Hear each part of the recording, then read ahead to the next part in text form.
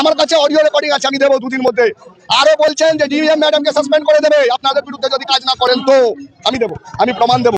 এই মালটা হচ্ছে কৈলাস মিশ্র, বিহারি, আর একে প্রার্থী করেছে টিএমসি বালি হাওড়া থেকে।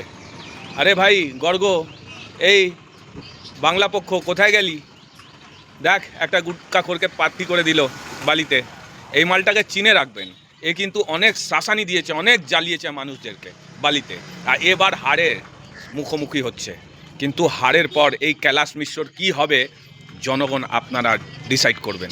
আপনারা জানেন এর সঙ্গে কি হবে, কেন এ মানুষকে প্রচুর জ্বালিয়েছে। রাম মন্দির উদ্বোধন দিনে এ নিজে এলাকাতে কাউকে ডিজে বাজাতে দেয়নি, কাউকে একটা দ্বীপ পর্যন্ত জ্বালাতে দেয়নি। এই হচ্ছে কৈলাস মিশ্র, একটা ব্রাহ্মণ ঘরের ছেলে, রাম মন্দির উদ্বোধন বিরোধিতা করেছে।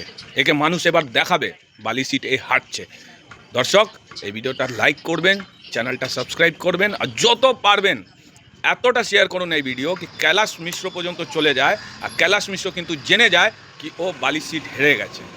ওর যে সন্ত্রাসবাদী সাম্রাজ্য বালিতে ধ্বংস করার দরকার আছে।